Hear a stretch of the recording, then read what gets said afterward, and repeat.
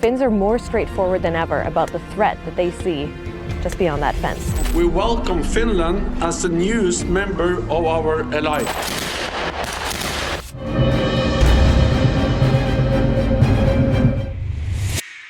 If you're sitting in Moscow staring at a wall map of Europe in 2026, Finland is the part that doesn't make sense anymore. For decades, it was a quiet buffer. Snow, forest, Nokia. People who apologize when you bump into them even if it was clearly your fault. Now it's a 1,300-kilometer NATO frontline pointed straight at some of Russia's most sensitive military infrastructure. And the most uncomfortable part, Finland didn't change its personality. It just changed the math. They're the world's happiest country, 7 years running. But look at their basements, and you'll find enough artillery shells to level a mountain range. It's a paradox that keeps Russian planners up at night. Picture a Russian staff officer in the northern military district. He's not worried about Paris. He's not losing sleep over Rome. He's staring north at a country of 5.5 million people who drink more coffee per capita than anyone on Earth, and somehow built one of the most mobilization-ready defense systems in Europe. That's the threat. Not loud, not flashy, prepared, and Moscow won't admit it. But Finland forces Russia into a strategic problem it can't solve cheaply. Because Finland doesn't fight wars the way Russia expects. It doesn't posture, it doesn't bluff, it waits, and then it multiplies. It all starts with the geography. When Helsinki signed that paperwork in 2023, they didn't just join a club, they effectively broke the Russian map by doubling NATO's land border overnight. Over 1,300 kilometers of dense forest, lakes, frozen ground, and narrow roads. Now part of the alliance's frontline geometry. That border runs uncomfortably close to Russia's Northern Fleet infrastructure and the Kola Peninsula, home to some of Moscow's most strategic naval assets. You don't have to invade Russia for that to matter. You just have to exist within range. That's the shift. Before 2023, Finland was a militarily capable but neutral neighbor, a speed bump, not an alliance anchor. After 2023, any Russian planning in the northwest must assume Allied surveillance, Allied reinforcement, Allied air power, and Allied logistics flowing through Finnish territory from day one.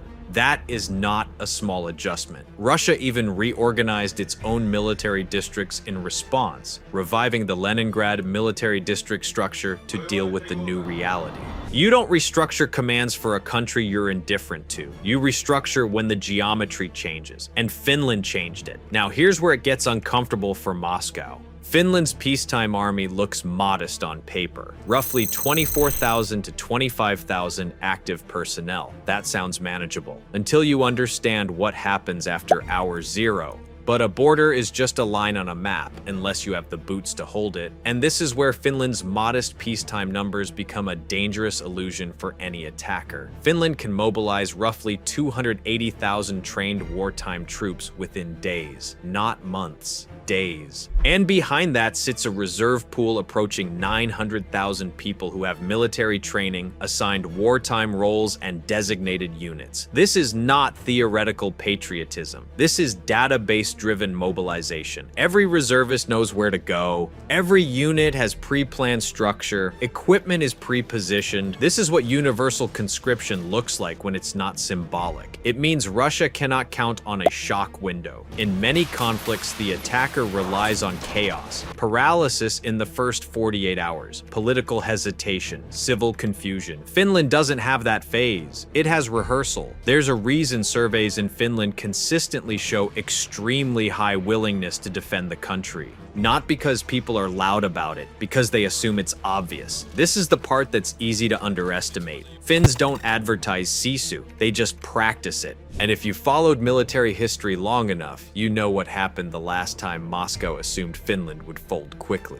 For my viewers who remember the 1980s, the term Finlandization was a dirty word. It was a strategic tightrope, a polite way of saying Finland had to bow to Moscow just to keep its independence. It was survival through silence. But today, the silence is over. The Finns didn't just stand up, they built a fortress, joined the biggest alliance on Earth, and invited the neighbors over for a coffee while they watched the border. Now, Here's the escalation. Even if Russia believed it could push across that border, it wouldn't be fighting a fragile state. It would be fighting a country engineered to absorb punishment. If you somehow managed to punch through that first line of defense, you wouldn't be walking into a panicked vacuum. You'd be entering a society literally engineered to absorb punishment and keep working. Finland has roughly 50,000 hardened bomb shelters, enough capacity to protect close to 88% of the population. Let that sink in, not symbolic shelters. Integrated civil defense infrastructure embedded into residential buildings, office complexes, underground spaces. Helsinki is sitting on a shadow city. Beneath the streets are hundreds of kilometers of hardened tunnels containing swimming pools, hockey rinks, and go-kart tracks. On a Tuesday, it's a playground. But in 24 hours, the pools are drained, the carts are cleared, and the complex transforms into a nuclear-hardened command center. It's the ultimate Finnish flex, living in the sun while a backup civilization waits in the rock.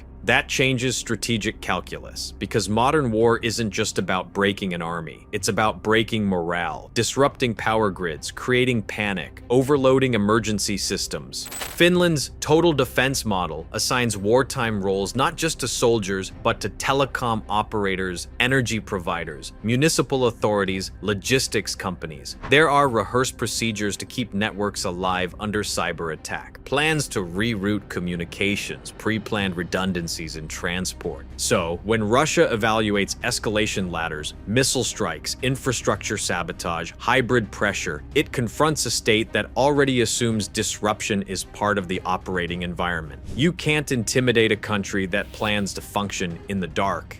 And here's the uncomfortable NATO layer. Any large-scale Russian move against Finland now triggers Article 5 from day one. This isn't hypothetical alignment, it's formal alliance. Meaning the small northern war scenario simply doesn't exist anymore. If you're enjoying this kind of deep strategic breakdown, not headlines, but the mechanics underneath, subscribe now. Because what we're about to get into is where Finland stops being a defensive inconvenience and starts becoming an offensive geometry problem for Russia. That resilience is backed by a terrifying amount of steel. While much of Europe was downsizing, Finland was quietly building one of the heaviest artillery concentrations on the planet. Finland fields over 1,500 artillery systems, one of the heaviest concentrations in Europe relative to its population, in forested terrain, in winter conditions, in narrow avenues of approach. This isn't a desert tank war, it's road denial, choke point saturation, layered indirect fire in terrain that already slows mechanized movement. If Russia wants speed, Finland offers friction. And friction, when combined with mobilization depth, becomes attrition, the kind that bleeds time, the kind that invites NATO reinforcement cycles, the kind that forces Moscow to ask whether opening another high-intensity front is survivable, while resources are already stretched elsewhere. And we haven't even touched air power yet. That's where this escalates again. But the ground game is only half the story. In the modern era, you don't just need to outshoot the enemy, you need to outsee them. Right now, Finland still flies the FA-18 Hornet, reliable, proven, quietly upgraded over the years with long-range precision weapons like JASSM cruise missiles. That already complicates Russian planning, because those missiles don't need to cross borders to matter, they just need range. And range from Finnish airspace touches things Moscow would rather not think about in peacetime. But that's the present. The future is more uncomfortable. Finland is introducing 64 F-35A fighters starting in 2026, with full operational capability expected by the end of the decade. And this isn't just a new jet story. This isn't just a jet, it's a $100 million flying vacuum cleaner that sucks up every bit of Russian data from the Kola Peninsula and feeds it directly into the NATO grid. By the time a Russian pilot turns his key, he's already been tagged and bagged by a sensor network he can't even see. It's a bit like having a neighbor who installed a 4K security camera pointed right at your front door, your driveway, and your backyard. You haven't done anything yet, but you know that he knows exactly where you keep the spare key. It's a sensor story. The F-35 doesn't simply shoot, it sees, it fuses, it shares. Once those aircraft integrate with Norwegian, Danish, American, and potentially Swedish networks, Northern Europe becomes a layered detection grid stretching from the Arctic to the Baltic. That changes how early Russia can move without being noticed. It compresses surprise. It shortens reaction time. It increases the probability that any massing of forces near the Finnish border becomes visible, not politically,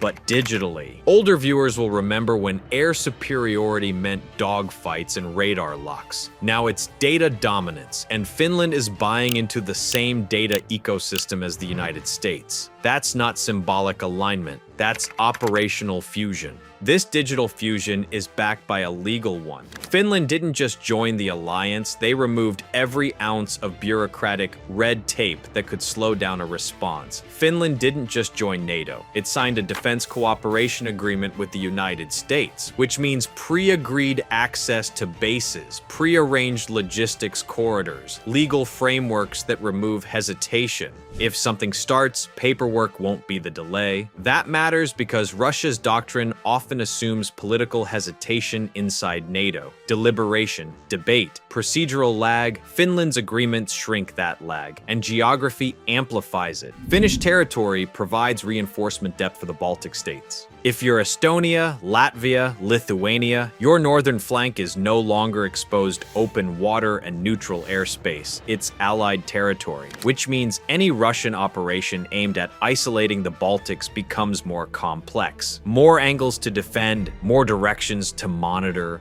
more uncertainty in timing. Finland didn't just secure itself, it altered the Baltic equation. If you look further north, toward the Arctic, this cooperation turns into a persistent headache for the Russian Northern Fleet. Look north. The Arctic isn't just polar bears and icebreakers anymore. It's sea lanes, undersea cables, energy infrastructure, submarine patrol routes. Russia has heavily invested in Arctic militarization over the past decade. Radar stations, airfields, naval assets.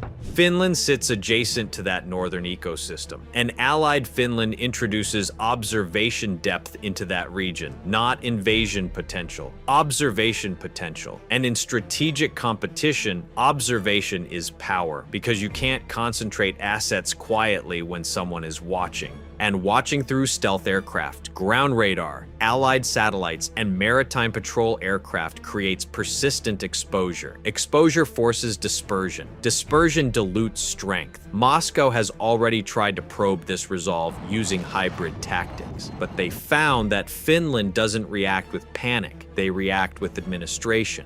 Russia tested pressure, border migration surges, information operations, energy narratives. Finland responded by closing crossings, accelerating border fencing, tightening legislation. Not emotionally, administratively. This is the quiet strength that rarely goes viral. Finland reacts to pressure by adjusting systems, and that's dangerous for Moscow because hybrid tactics rely on ambiguity and hesitation. If the target state processes pressure quickly and institutionalizes countermeasures, the tactic loses leverage. Finland treats hybrid friction as routine maintenance. That's not dramatic. It's effective. All of these high-tech systems are magnified by the land itself. In this part of the world, the terrain is rarely neutral. It actively leans in favor of the defender. Look at the map again. Forests, lakes, marshland, limited major road corridors. Mechanized offensives in that terrain don't move like they do on open plains. They bottleneck, they expose supply lines, they create predictable axes of advance, and predictable axes invite pre-sighted artillery. Winter compounds it. Frozen ground changes vehicle performance. Darkness stretches longer. Thermal signatures behave differently. Finnish forces train in that environment by default. For Russian units rotated from other theaters, it becomes adaptation under pressure. The battlefield isn't neutral, it leans. The Finns invented Modi tactics in 1939, chopping up massive Soviet columns into bite-sized pieces and dealing with them in the dark. In 2026, with drone-corrected artillery and thermal optics, Modi 2.0 isn't just a tactic, it's a meat grinder. Finally, there is the psychological shadow that no spreadsheet can capture. The memory of the Winter War isn't just history, it's a warning that shapes every Russian decision today. This one doesn't show up in equipment spreadsheets. The Winter War still exists in institutional memory, not mythologized, institutionalized. A smaller country inflicted disproportionate losses on a larger one in brutal conditions. Modern Finland doesn't rely on nostalgia, but Russia cannot erase history from its own officer corps either. No planner wants to be the one who underestimates Finland again. And that caution itself shapes deterrence. Now here's the part Moscow won't say out loud. Opening a high-intensity conflict against Finland today would not be a bilateral fight. It would be a multi-domain, alliance-wide Arctic-Baltic theater escalation from day one. It would stretch logistics, expose northern assets, invite US air power, activate Nordic integration, and force Russia to divide attention across an expanded front while already managing other commitments. That's not fear in the emotional sense, it's strategic reluctance. And strategic reluctance is a form of deterrence. Finland doesn't threaten Russia loudly, it simply makes aggression expensive. And when a relatively small nation engineers itself so that any move against it becomes slow, costly, and internationally escalatory, it becomes uniquely dangerous. Not because it wants war, but because it has designed itself so that war would fail quickly. When you add it all up, you get a cost imposition strategy that makes any aggressive move look like a strategic nightmare. Russia doesn't fear Finland like a movie villain. They respect the math. And the math says that any incursion results in a high-intensity, alliance-wide war that Russia cannot afford. Thanks for watching.